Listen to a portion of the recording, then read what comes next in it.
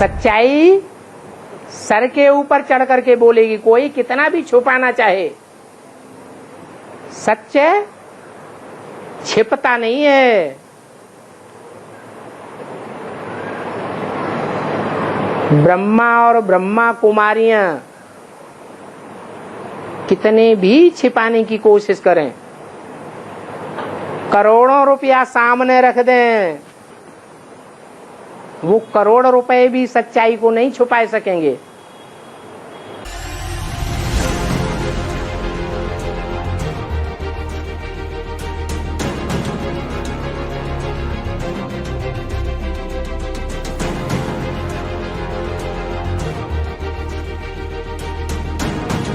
भक्ति मार्ग में तो ये कहते हैं त्रिमूर्ति ब्रह्मा, ब्रह्मा की 3 मूर्तियां, इसलिए ब्रह्मा का ही चेहरा दादा लेखराज का दिखा दिया, विष्णु का भी दिखा दिया, शंकर का भी दिखा दिया, लेकिन बाद में मुरली में बोल भी दिया क्या, बच्चे ये त्रिमूर्ति का चित्र यथार्थ नहीं है, क्योंकि इसमें अर्थ जो है वो वैसा नहीं है जैसा होना चाहिए। त्रिमूर्ति का चित्र है, 3 मूर्तियां हैं, तो चित्र है तो अलग अलग चरित्र करने वाले होंगे या एक ही जैसा चित्र है, चरित्र की भिन्नता होगी। त्रिमूर्ति शिव कहा जाता है ना। कितनी मूर्ति? 3 मूर्ति। त्रिमूर्ति के अमूर्त 3 मूर्त कहा जाता है या अमूर्त कहा जाता है? 3 मूर्ति। इसका मतलब ये नहीं है कि एक ब्रह्मा की मूर्ति हो और 2 अमूर्त हो, अमूर्त माने आकारी हो, नहीं, तीनों मूर्ति। मूर्ति माने साकार, अमूर्त माने आकार, 3 साकार, तीनों ही मूर्ति होती है। आर्टिफिशियल कहाँ तक चलेगा? त्रिमूर्ति को हम छिपा नहीं सकते। मुरली तारीख 19/11/72 पृष्ठ 3 मध्यांक। मुरली में बोला है उन बच्चों के फोटो भी इन बच्चियों के पास रखे हुए हैं। इन बच्चों के जो मम्मा बाबा को पढ़ाई पढ़ाते थे, मम्मा बाबा को ड्रिल कराते थे, और मम्मा बाबा समझते थे ये तो बहुत ऊंचा पद पावेंगे,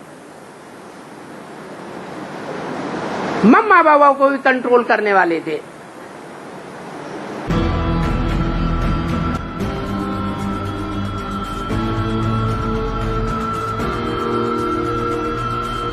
सिंध हैदराबाद में दादा लेखराज कृपलानी बरत जाति के ब्राह्मण और विख्यात हीरो के व्यापारी को 50 वर्ष की आयु में सिर्फ साक्षात्कार हुए।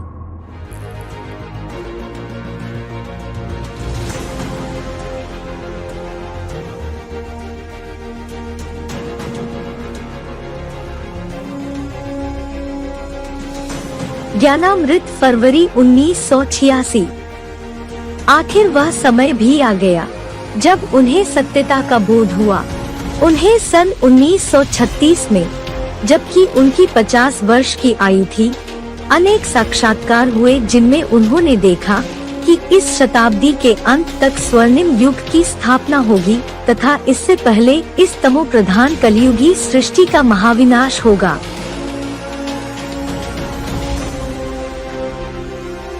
आदि में जब दादा लेखराज जी को साक्षात्कार हुए थे, वे शिव बाबा ने करवाए थे ना शिव बाप ने करवाए थे? साक्षात्कार की चाबी किसके हाथ में? शिव बाप पिता के हाथ। तो पूछने का मतलब क्या हुआ? क्लियर करना। ये तो साधारण सी बात है बाबा। अच्छा, 5 तत्वों की दुनिया के में आकर करवाए थे ना, परम धाम से ही करवा दिए थे। हर बात की शूटिंग कहाँ होती है? रिहर्सल में जो जैसा नूद होता है 5000 वर्ष वैसा ड्रामा स्वतः ही चलता रहता है। ऊपर से कराने की बात नहीं, आत्मा में ऐसे संस्कार बढ़ जाते हैं जो अपने टाइम पर, टाइम की सुई आने पर वो साक्षात्कार हो जाता है। कहा जाता है, क्या कहा जाता है कि साक्षात्कार की चाबी किसके हाथ में है? बाप के हाथ में। इसको साक्षात्कार कराना है, किसको नहीं कराना है वो जानता है, और कोई अंतर्यामी नहीं है। लेकिन साक्षात्कारों का अर्थ वे खुद नहीं समझ पाए। अपने जीवन में दादा लेखराज ने 12 गुरु किए थे। बाप खुद कहते हैं हमने 12 गुरु किए थे। यह तो अभी समझते हैं, गुरु करते करते हम पट आए पड़े हैं। टाइम वेस्ट हो गया है। यह भी ड्रामा में नूंद है। मुरली तारीख 17/2/69 पृष्ठ 1 मध्यादि। कि जो ब्रह्मा के गुरु हुए 12 गुरु किए थे उन्होंने, तो उस समय जो वर्तमान गुरु था उस गुरु ने भी उनके साक्षात्कारों का अर्थ नहीं बता पाया। बनारस में गए, बनारस के बड़े बड़े दिग्गज विद्वान पंडित आचार्यों से पूछा, उन्होंने भी नहीं बताया। उस समय ये दुनिया अच्छी ही नहीं लगती थी।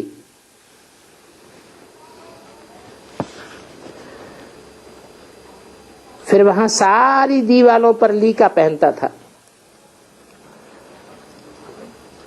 बाबा ये कराता था। कौन बाबा? शिव ब्रह्मा बाबा से ये दीवालों पर बनारस में लाइनें कौन खिंचवाता था? शिव बाबा। परंतु हम तो उस समय बेबी थे। कौन? ब्रह्मा बाबा। तो पूरा समझ में नहीं आता था कि ये क्या लाइनें खिंचवाई हैं। बस कोई है जो हमसे ये कराता है। सारा दिन बनारस में बैठा रहता था, पेंसिल और दीवाल, और कोई धंधा नहीं। बेबी था ना।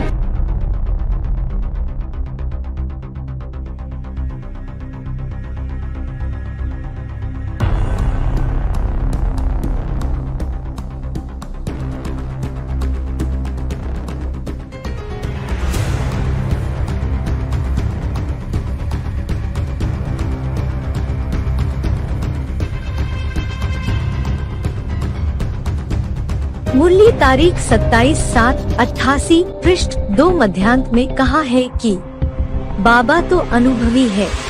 कहते भी हैं कि मैं वृद्ध तन में आता हूँ। कृष्ण का तो वृद्ध तन नहीं है। मुरली तारीख 12 जनवरी 1969 पृष्ठ 3 अंत 4 आदि। शिव बाबा के अवतरण में तो बिल्कुल फर्क नहीं पड़ सकता। पता भी नहीं पड़ता है कि कब आया। ऐसे भी नहीं साक्षात्कार हुआ तब आया। नहीं अंदाज कर सकते हैं।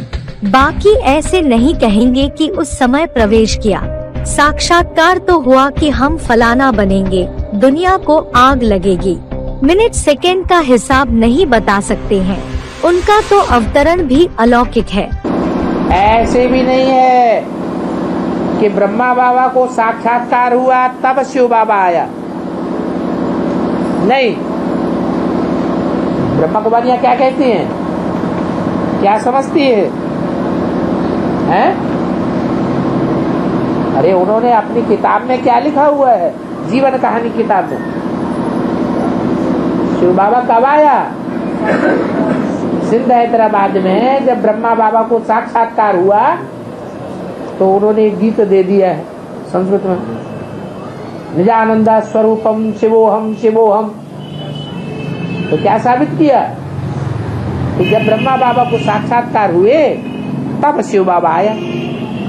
तो बाबा कहते हैं ऐसे भी नहीं है कि साक्षात्कार हुआ तब आया। ये तो रंग बात है। ऐसे ही अंदाज कर देते हैं, और अंदाज तो गलत हो सकता है। तो बाकी ऐसे नहीं कहेंगे कि उस समय प्रवेश किया। साक्षात्कार तो हुआ कि हम फलाना बनेंगे।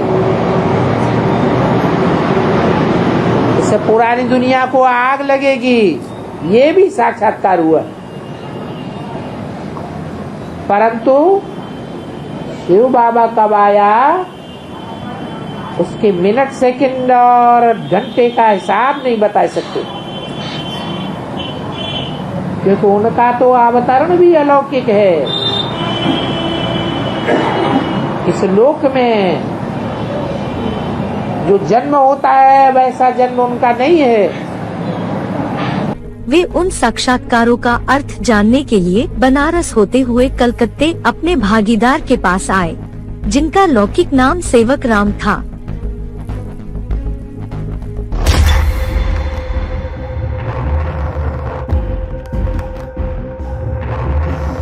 दस वर्ष से पहले जो है वो अलग उनकी दुकान थी, छोटी दुकान, साथ में नहीं रहते थे। उनकी छोटी सी दुकान थी। किसकी? सेवक राम। वो ज्यादा पैसे वाले नहीं थे, थोड़े से, जैसे कोई छोटा दुकानदार होता है तो लड्डू पोड़ा थोड़े रखेगा या बड़ी दुकान में ढेर सारा माल रखेगा, है? तो उनकी छोटी सी दुकान थी, थोड़े से हीरे में जवाहरात रखते थे, लेकिन सच्चे रखते थे, झूठे नहीं रखते थे। और वो सारा कलकत्ते का बाजार वैश्याओं का, लंपटों का। ब्रह्मा बाबा की बड़ी दुकान, तो जहाँ सारी दुकानें हैं, बड़ी बड़ी दुकानें हैं, वो बड़ी बड़ी दुकानों वाले झूठे हीरे भी रखेंगे, जवाहरात रखेंगे या नहीं रखेंगे? हैं? रखेंगे। और वो नहीं रखता था अपनी दुकान में झूठे, उसे झूठा धंधा करना ही नहीं है। तो फिर उसकी दुकान ज्यादा चलेगी या कम चलेगी? क्यों? हर जब सच्चे हीरे बेच रहा है तो कम क्यों चलेगी? हैं?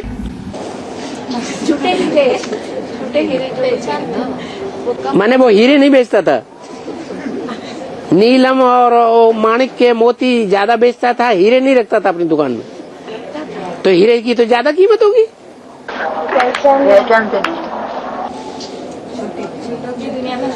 अरे दुनिया में झूठे ज्यादा हैं, झूठों का मार्केट है, झूठों की दुकानें हैं, तो वो छोटी दुकान को भी लोग क्या समझेंगे? हैं? झूठा आदमी। कोई अच्छी दुकान पे चलो, ब्रांडेड दुकान पे। तो आज भी जो ब्रांडेड कंपनियां हैं वो अपने माल का दोगुना तिगुना पैसा कमाती हैं कि नहीं? हैं?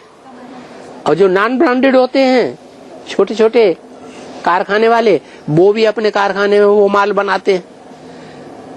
तो सब एक जैसे होंगे क्या? कोई तो बढ़िया माल भी बनाते हैं, लेकिन ब्रांडेड नहीं है, इसलिए उनका इतना ज्यादा चलता नहीं है।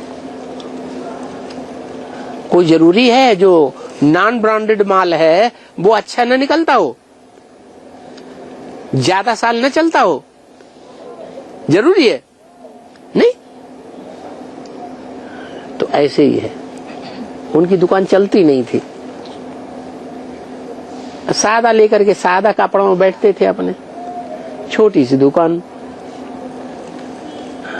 दादा लेखराज प्रसिद्ध थे उस समय, जौहरी इतने प्रसिद्ध थे कि आज शहर शहर में नाम लिखा हुआ है, लखीराज दादा की जौहरी की दुकान, ऐसे ऐसे लिखा हुआ है। दादा लखीराज की जवाहरी की दुकान, ऐसे लिख दिया है। अभी के समय में भी ऐसे नाम है? हाँ, अभी भी दुकानों पे लिखा हुआ है दादा लखीराज की दुकान, पुरानी दुकान, ऐसे पुरानी शब्द भी लिख देते हैं। तो भव्य व्यापारी थे, विदेशों से भी माल मंगाते थे। और अमेरिकन हीरे तो बहुत प्रसिद्ध हैं, धड़ाधड़ बेचते थे, फटाफट पैसा कमाते थे। राजाओं के घर में भी घुस जाते थे, रानियों के यहाँ। रानियों को तो खूब बेवकूफ बनाना।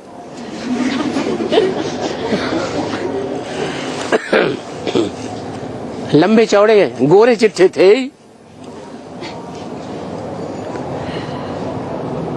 तो रानियों के निवास में आओ भगत होगी या नहीं होगी? हैं? तो होगी। भागीदार तो पूर्व जन्म में भी गरीब ही था, करोड़पति नहीं था, क्या? भले हीरो का व्यापारी था, दादा लेखराज से भी ज्यादा होशियार था, लेकिन सच्चा व्यापारी था। झूठे हीरो के बाजार में एक छोटी सी दुकान रखने वाला सच्चा व्यापारी था, तो लोग उसको क्या समझेंगे? ये झूठा हीरा बेचने वाला होगा या सच्चा हीरा बेचने वाला होगा? झूठा ही समझेंगे। अब ब्रह्मा बाबा बड़े शौक शान से दुकान खोल करके रहते थे, यूं मूंछों में पैंट बेत लेकर के यूं राजाओं महाराजाओं के महलों में घुसे चले जाते थे। इसलिए कृष्ण और क्राइस्ट की राशि मिलाई है ज्ञान में। क्यों? जो पांच मिनट शो जो क्राइस्ट के स्वभाव संस्कार है क्रिश्चियंस के, पंप एंड शो के, दिखावा करने के, वो संस्कार कृष्ण की आत्मा में भी है। कृष्ण की आत्मा से क्रिश्चियंस ने उठाए हैं। जो असली नहीं होता वो दिखावा करता है, जो असली होता है उसको दिखावा करने की दरकार ही नहीं। जानता है आज नहीं तो कल सच्चाई सर के ऊपर चढ़ के बोलेगी। कि दादा लेखराज चारों तरफ दुनिया में घूमते रहे, आखिर कलकत्ते में जाकर के उन्होंने क्यों नाक रगड़ी और वहां से संतुष्ट होकर के कैसे चले गए? कहीं से भी समाधान नहीं मिला तो अपने जीवन में जिस व्यक्ति को उन्होंने सच्चा समझा और अपने जीवन की सारी मिल्कियत उस व्यक्ति को सौंप दी कि तुम हमारी दुकान चलाओ, ये सारी मिल्कियत अपने हाथ में लो, तुम्हारे तन की ताकत और मन की ताकत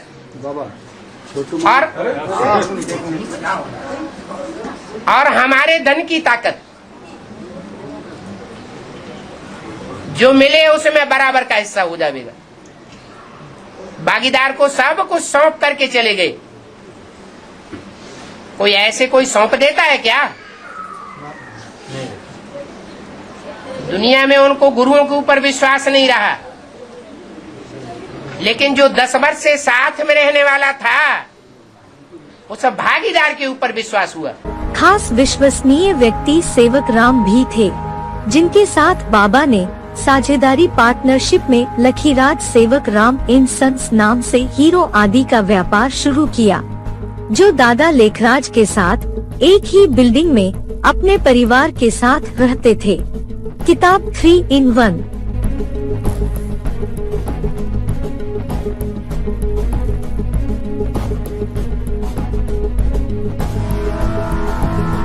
जब सन 26 से उनको अपनी दुकान में रख लिया कि इनको दुकान में रख करके सच्चा आदमी है, सच्चा काम करेगा, हीरो का व्यापारी अच्छा है, अच्छी जानकारी है तो अच्छा काम करेगा, इसलिए मैनेजर बना दिया। क्या? हाँ, जब अच्छा 10 साल काम देखा सच्चाई का तो बाबा ने सारी दुकान उनको सौंप दी।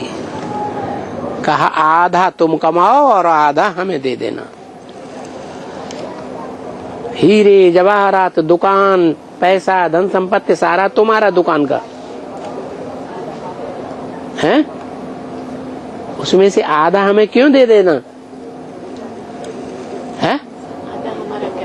क्योंकि आधा तुम जो मेहनत करो, मेहनत करके जो तुम दुकान चलाओ उसमें तुम्हारी मेहनत का आधा ले लेना। दुनिया में भी ऐसे ही होता है। किसी को खेत बटाई पे दो तो मेहनत करेगा, मेहनत करके आधा हिस्सा अपना ले लेगा मेहनत का, आधा जमीन वाले मालिक को दे देगा।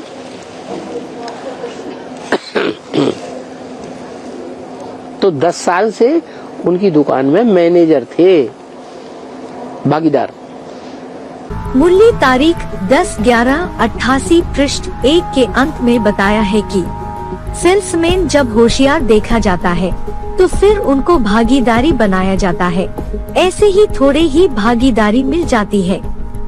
शाम होती थी और घूमने फिरने चले जाते थे।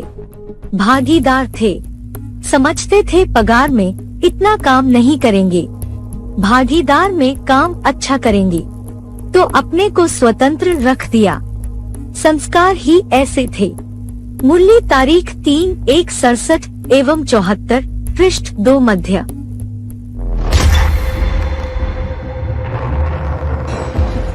ज्ञान की शुरुआत तो तब से होती है जब शिव पहले व्यक्ति में प्रवेश करता है। ज्ञान यज्ञ की शुरुआत कब कहेंगे? जब दादा लेखराज को साक्षात्कार हुए तब कहेंगे, या जब दादा लेखराज के साक्षात्कारों का क्लेरिफिकेशन बाद में सामने आया तब कहेंगे? ज्ञान यज्ञ की शुरुआत कब कहेंगे? जब क्लेरिफिकेशन बने नहीं, उन साक्षात्कारों का अर्थ जब सामने आया, साक्षात्कारों का जब असली रहस्य सामने आया ब्रह्मा के सामने, तो कहेंगे कि हाँ वो ज्ञान यज्ञ की शुरुआत हुई। जैसे तुलसीदास को साक्षात्कार हुए ऐसे ब्रह्मा बाबू को भी साक्षात्कार हो गए, उसे ज्ञान यज्ञ थोड़े ही कहेंगे।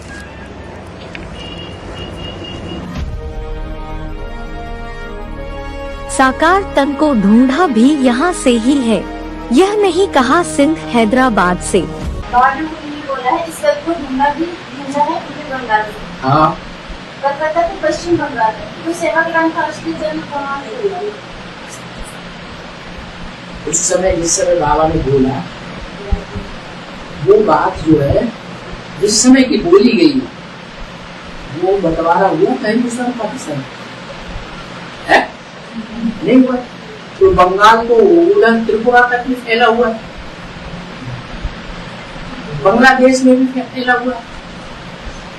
तो पूरे बंगाल के हिसाब से उस समय पूर्वी बंगाल था या पश्चिम बंगाल था, इसलिए बात अव्यक्त वाणी तारीख 2/2/2008 पृष्ठ 3 के अंत में बोला है कि बंगाल में बाप की पधरामणी हुई है, प्रवेशता हुई है। बच्चे यह भी समझते हैं शिव बाबा ने कलकत्ते में जन्म लिया, ऐसे ही कहेंगे वहाँ से ही शुरू हुआ। कोई के सामने बैठने से ध्यान में चले जाते थे, यह शुरू कलकत्ते से हुआ। तो शिव का रीइंकार्नेशन जैसे कलकत्ते में हुआ। रात्रि मूल्य तारीख 2/4/72 पृष्ठ 1 मध्य। इन महावाक्यों से ये स्पष्ट होता है कि जहाँ कल्प पूर्व सदाशिव ज्योति का अवतरण हुआ था, उसी स्थान कलकत्ते में फिर से होता है, और वही मुकर्रर रथ की जन्मस्थली पूर्वी बंगाल कलकत्ता ही थी, और वो वहीं का रहवासी था।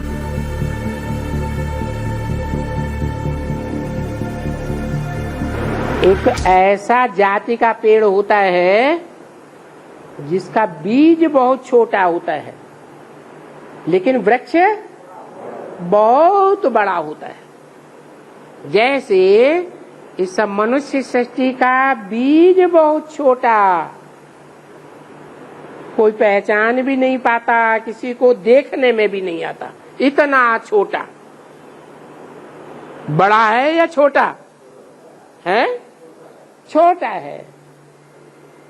और ये मनुष्य सृष्टि रूपी झाड़ इतना बड़ा हो जाता है उससे।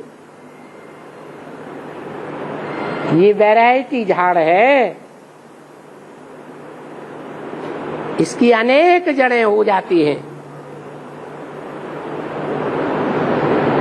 और लास्ट में और धर्मों की जड़ें रह जाती हैं, तने रह जाते हैं, देखने में आते हैं। और देवी देवता सनातन धर्म की जो मुख्य जड़ और तना है वो लोप हो जाता है। ऐसा वहां बनियन ट्री में दिखाया गया। तो ये मनुष्य सृष्टि रूपी झाड़ की यादगार है, और वो यादगार कलकत्ते में ही क्यों है, लंदन में क्यों नहीं? क्योंकि कलकत्ते में ही वो बीजारोपण होता है, ज्ञान का बीजारोपण होता है। सिंध हैदराबाद में नहीं होता है, कराची में नहीं होता है, कराची से बंबई में आकर के भी नहीं होता, माउंट आबू में भी नहीं होता है। वो नई सृष्टि का बीजारोपण कहाँ होता है? कलकत्ते में आकर होता है। इसलिए अव्यक्तवाणी में बोला, बाप को कहां से ढूंढा? पूर्वी बंगाल से। पूर्वी बंगाल की राजधानी कलकत्ता। जबकि दादा लेखराज कृपलानी का जन्म सिंध प्रांत में हुआ था। बाद में कुछ समय के लिए वो कलकत्ते में व्यापार करने के लिए रहने लगे, परंतु मूल निवासी नहीं थे और जब साक्षात्कार हुआ तब वे सिंध में ही थे। साक्षात्कार करने को प्रवेशता होना नहीं कहेंगे, इसलिए दादा लेखराज को शिव बाप का मुकर्रर रथ नहीं कह सकते हैं। सदाशिव ज्योति के प्रथम अवतरण के समय ही कलकत्ते में वे त्रिमूर्ति कही जाने वाली तीनों मूर्तियां मौजूद थीं। ज्ञान दाता, सर्व की सद्गति दाता, त्रिमूर्ति परमपिता परमात्मा शिव एक ही है। बाकी ब्रह्मा विष्णु शंकर तीनों का जन्म इकट्ठा है। सिर्फ शिव जयंती नहीं है, परंतु त्रिमूर्ति शिव जयंती। मूल्य तारीख 27/9/75 पृष्ठ 3 आदि। जब शिव बाप का अवतरण होता है तभी इन तीनों मूर्तियों का जैसे जन्म होता है, और उनके साक्षात्कारों का अर्थ बताने के लिए ये तीन मूर्तियां नंबरवार निमित्त बनती हैं। ब्रह्मा मुख से जो चलाई हुई बाबा की वाणी है, उस वेद वाणी में सिर्फ इतना जिक्र आया है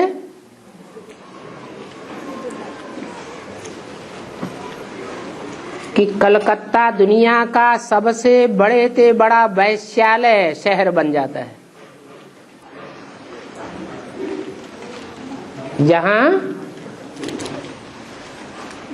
एक पत्नी तो रखने के आदि हैं ही, परंतु दूसरी तीसरी पत्नियां भी रख लेते हैं और उनको घर मकान बना करके अलग से देते हैं।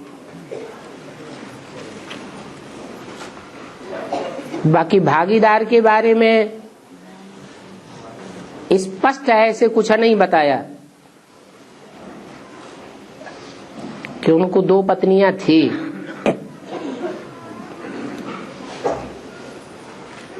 परंतु वाणी से ये बात क्लियर हो जाती है कि यज्ञ के आदि में 2 माताएं थी।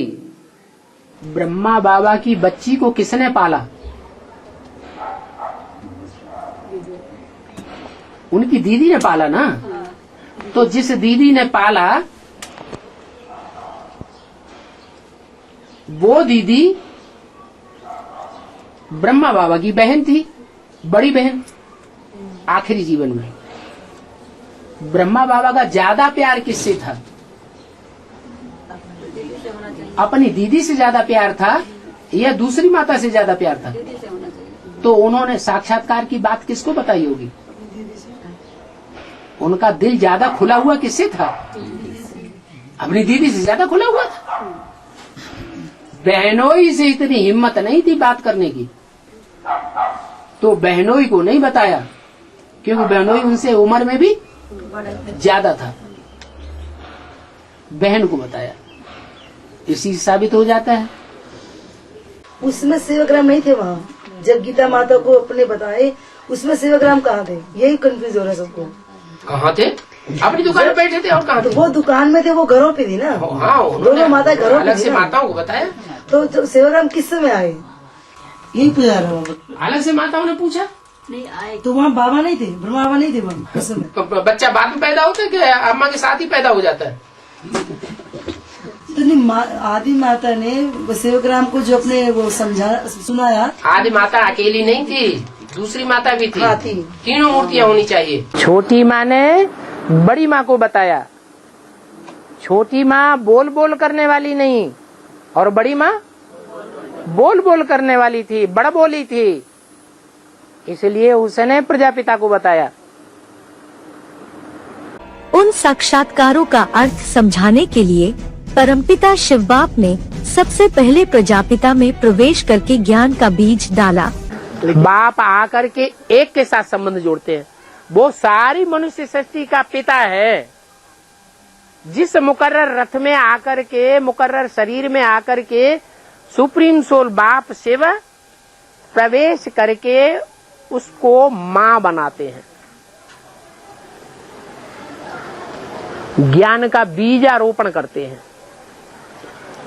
जो मनुष्य गुरुओं ने भी गीता में लिखा है, अहम बीज प्रदप पिता, मैं ज्ञान का बीज बोने वाला पिता हूं। तो वो सुप्रीम सोल बाप किसमें प्रवेश करके ज्ञान का बीज बोता है? प्रजापिता में, आदम में, एडम में। हिंदुओं में जिसे आदिदेव शंकर कहा जाता है, जैनियों में जिसे आदिनाथ कहा जाता है,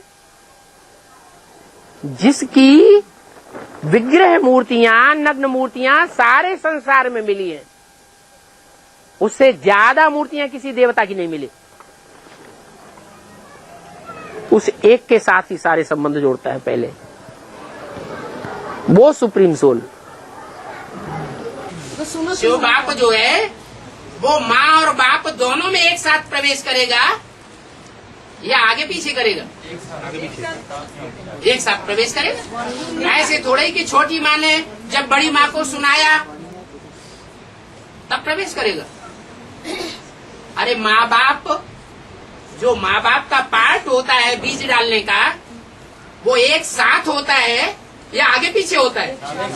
एक साथ होता है। जब शिव प्रवेश करते हैं तो 3 मूर्तियों के साथ आते हैं या 1 या 2 मूर्तियों के साथ आते हैं? तो तीनों ही मूर्तियां उस समय थी। छोटी माता ने समझा, ब्रह्मा भी था, विष्णु भी था, शंकर भी था, तीनों मूर्तियां थी। बाप के अवतरण की तारीख आदि रत्नों 3 मूर्तियों के जन्म की तारीख है। अव्यक्त वाणी तारीख 19/11/79 पृष्ठ 26 अंक। पहले बड़ी माता को सुनाया, बड़ी माता सुनने सुनाने का पार्ट, फिर छोटी माता ने तो उसने सुना, वो समझा भी शायद। सुना और बल बल बल बल बल बल बल बल बल बोल दिया। छोटी माता ने मतलब छोटी माता ने बलबलाया नहीं, सुना और उस पर विचार किया, और विचार करने के बाद में ब्रह्मा बाबा को बताया। जब शिव प्रवेश करते हैं निराकार, तो निराकार शिव का जो निराकारी सत्य है, निराकारी ज्ञान, उसको धारण किया, प्रैक्टिकल जीवन में धारण किया। और जो निराकारी ज्ञान प्रैक्टिकल में धारण किया, और जितना धारण किया उतना दादा लेखराज को, ओम राधे को बता दिया। तो वो माता हो गई, यहां बीज डाली और वहां प्रैक्टिकल में जन्म देने वाली जन्मदात्री माता बनती है। तो जो यज्ञ के आदि में विष्णु रूप था, जिसमें प्रवेश करके भगवान बाप ने सृष्टि के जो पहले पत्ते हैं राधा कृष्ण, उन राधा कृष्ण वाली आत्माओं, जिनका नाम संगम युग में ब्रह्मा सरस्वती पड़ता है, ओम राधे, उन आत्माओं को ज्ञान का जन्म दिया कि तुम ब्रह्मा के रूप में कार्य करने वाली आत्मा हो और तुम सरस्वती के रूप में कार्य करने वाली आत्मा हो। और उन दोनों की बुद्धि में पक्का बैठ गया। तो देखो शूटिंग हो गई। सृष्टि के आदि के जो पत्ते हैं पहले पहले, उनको जन्म देने की शूटिंग हुई ना, किसने की? उनसे श्रेष्ठ होगा वो करेगा या भ्रष्ट होगा वो करेगा? तो वो श्रेष्ठ लक्ष्मी नारायण वाली आत्माएं हैं जो अंतिम जन्म में भी भगवान बाप की पूरी श्रीमत धारण करने के कारण अंतिम जन्म में भी भगवान भगवती के रूप में पार्ट बजाने वाली है। और वही आत्माएं अंत में जाकर के भगवान भगवती के रूप में प्रत्यक्ष होती है। प्रजापिता ब्रह्मा द्वारा तुम बच्चों को अपना परिचय देता हूँ। ब्रह्मा को भी परिचय मिला, सरस्वती को भी मिला। मुरली तारीख 27/6/72 पृष्ठ 1 आदि। यज्ञ के आदि में अष्टदेवों की ये विशेषता रही कि उन्होंने सबसे पहले प्रजापिता से कनेक्शन किया और ज्ञान भी लिया, बाद में ब्रह्मा बाबा ने लिया। सूर्य अपने सूर्यवंशी बच्चों को सुनाएगा या दूसरों को सुनाएगा? जो सूर्यवंशी परिवार है उसमें है 8। वो अष्टदेव पहले सुनते हैं और सुनने के साथ समझने वाले भी हैं। सूर्यवंशी होंगे, पहले अपने सूर्यवंशी घराने को सुनावेंगे। और ब्रह्मा बाबा को सुनाने वाले कौन थे और अष्टदेवों को सुनाने वाला कौन था? हैं? बाप है अष्टदेवों को सुनाने वाला और ब्रह्मा बाबा को सुनाने वाला माता है। तो अंतर पड़ता है ना।